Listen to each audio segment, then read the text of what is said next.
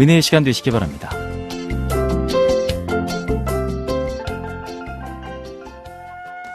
썩은 쓰레기가 있으면 악취가 나서 피하게 되지만 꽃이나 자연의 향기가 있으면 가까이 하게 됩니다. 어떤 사람에게는 역겨운 냄새가, 어떤 사람에게는 진한 향기가 납니다. 여호수아는 전쟁터에서 살았습니다. 그러나 여호수아의 인생은 향기가 나는 아름다운 인생이었습니다. 성도들에게는 예수님의 성품이 담긴 향기가 나야 합니다. 성도들의 삶의 향기가 있으면 자연히 예수님이 증거가 되고 좋은 인간관계가 맺어지게 됩니다. 여호수아는 자신을 낮출 줄 아는 사람이었습니다. 그는 약 7년에 걸쳐 가나안 정복의 사명을 완수하고 땅을 각 지파에게 분배했습니다. 땅 분배에 있어서 여호수아는 실권자였습니다. 그러나 여호수아는 자신의 기업을 자기 마음대로 취하지 않았습니다. 오히려 백성들 앞에서 요청하는 자세를 보였습니다. 여호수아가 이처럼 자신을 낮출 수 있었던 이유는 무엇일까요? 바울이 나의 나된 것은 하나님의 은혜라고 고백했던 것처럼 여호수아도 자신이 이룬 모든 것들이 스스로의 힘과 능력으로서가 아니라 전적으로 하나님의 은혜였음을 알았기 때문이었습니다. 이스라엘이 가나안에 들어오기 전에 불과 40년 전만 해도 이스라엘은 애굽에서 노예 생활을 했습니다. 그들은 노예 근성을 가지고 원망하고 불평하는 일을 일삼았습니다. 단체 훈련이 전혀 되어 있지 않는 오합지졸이었습니다. 군사력은 너무도 빈약했습니다.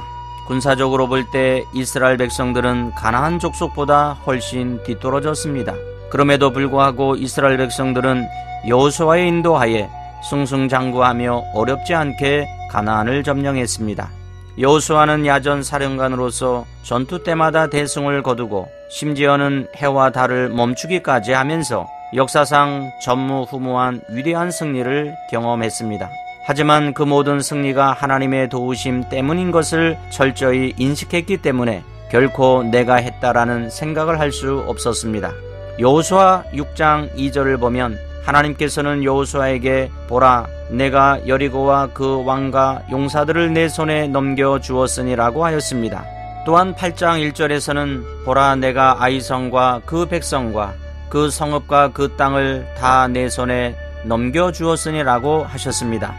그리고 여호수아 10장 42절에서는 이스라엘의 하나님 여호와께서 이스라엘을 위하여 싸우셨으므로 여호수아가 이 모든 왕들과 그들의 땅을 단번에 빼앗으리니라고 했습니다. 이처럼 하나님께서 친히 이스라엘을 위하여 싸우셨습니다. 가나안 전쟁의 주인공은 하나님이셨습니다.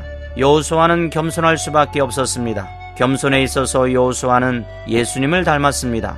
여호수아는 겸손으로 향기가 나는 인생을 살았습니다.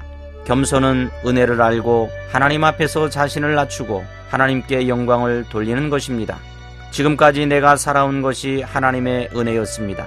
어느새 금년도 5월을 맞이하여 가정의 달이 지나고 있습니다. 오늘 하나님 앞에서 봄의 여왕이라 하는 계절을 보내며 우리가 해야 할 일은 무엇일까요? 우리에게 주어진 은혜를 헤아려 하나님께 감사하고 또 나를 도와준 사람들에게 감사해야 합니다. 인간은 누구도 혼자의 힘으로 살아갈 수 없습니다. 저절로 큰 사람이 없습니다. 겸손한 사람은 덕분에 라는 말을 잘하는 사람입니다. 하나님 덕분에, 부모님 덕분에, 아내 덕분에, 남편 덕분에, 가족들 덕분에 잘 됐다라고 말하는 사람입니다.